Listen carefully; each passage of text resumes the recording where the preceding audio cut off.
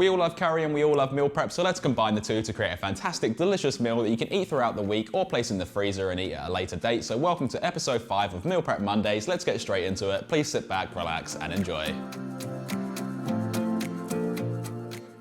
There's not much prep for this dish, which is a bonus, but the ingredients we do need are 2 brown or yellow onions that have had their tips removed, been peeled and sliced in half. With these, make thin slices across, stopping at the root, which will hold it intact, then rotate it 90 degrees to make a horizontal slice through the center to break up the layer formation, which also breaks the enzymes to create more flavor. Then proceed to dice this into nice small pieces, ensuring that we trim off the excess flesh from around the root, avoiding any waste. Next is 2 medium-sized red bell peppers or capsicums. You can slice these however you prefer, but I find it's easiest to slice these in half lengthways, snap off the stem and seeds, also tearing out the pith, which can be bitter, and then tap these on the bench to remove any seeds that may be stuck. It's then best to push it down onto the bench to lay it flat, then thinly slice into nice thin strips, which can also be diced depending on what you like. Last but not least, we're definitely going to need 6 cloves of freshly peeled garlic, and these can just be ran along a fine microplane to create a paste, also known as minced, making sure to scrape it all out of there to avoid any waste. Now the first step for cooking is our rice, and for this recipe I'm using jasmine as it's got a lot more fragrance. Place a large saucepan over a high heat, add in 350 grams or 12.3 ounces of washed jasmine rice, and to follow that up, add in 550 milliliters of cold water.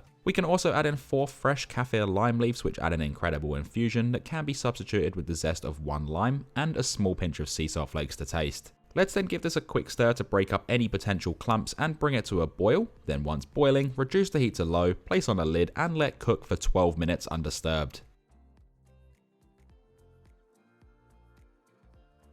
For the curry, place a large pot over medium-high heat, add in 2 tablespoons or 40 milliliters of olive oil, and once hot, add in the diced brown or yellow onion and sweat this off for 3 minutes, which means to cook without colour, and to do that, just keep the onion moving around constantly. Next, add in the thinly sliced red bell pepper or capsicum and the minced garlic, if it wants to come out of the bowl that is, and continue sweating for a further 3 minutes. Also be sure to break up the garlic quite well as it can easily clump, which will then make this more likely to burn. With that done, add in 3 tablespoons or 15 grams of ground cumin for an earthy warm flavour, 1.5 tablespoons or 12 grams of paprika for warm peppery notes and colour, and sea salt flakes to taste, and fry this for 45 seconds whilst mixing the whole time to toast and enhance the flavour of the spices. You can also add chili to this at this stage too if you'd like, but I'm cooking some for my 1-year-old nephew, so I'm just going to leave it out in this one. Once well toasted, add in 3/4 cup or 180 milliliters of vegetable or chicken stock, giving it another mix through for 1 minute, with this adding depth and a foundation to our sauce, as well as deglazing the pot if needed.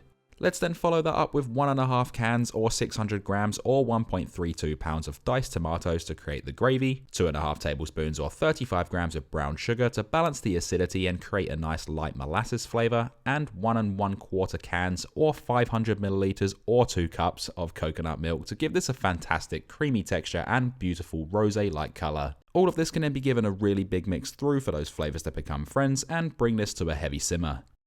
Now that it's simmering, add in 2.5 cans or 1 kilo or 2.2 pounds of drained chickpeas, give it yet another big mix through, ensuring the chickpeas are evenly distributed, and bring it to a boil, reduce the heat to low, and let simmer for 20 minutes.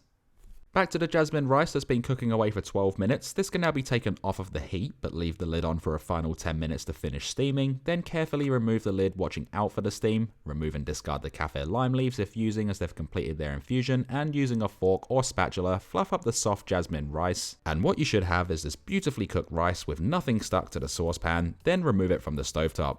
After the curry's been simmering for 20 minutes, add in 120 grams or 4.23 ounces of washed baby spinach, giving this yet another big mix through, and cook for a final 1 minute, which will allow time for the spinach to start wilting. Also during this stage, be sure to check and adjust seasoning levels to your taste, then remove it from the stovetop.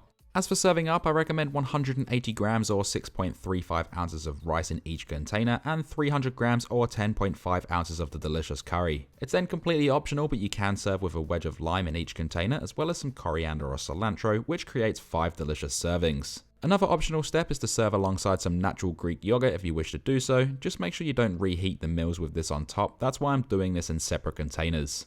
With everything done, place on the lids and place in the fridge for 3 days and in the freezer for 3 months, which creates these high-calorie meals that are healthy, extremely tasty, and will easily fill you up.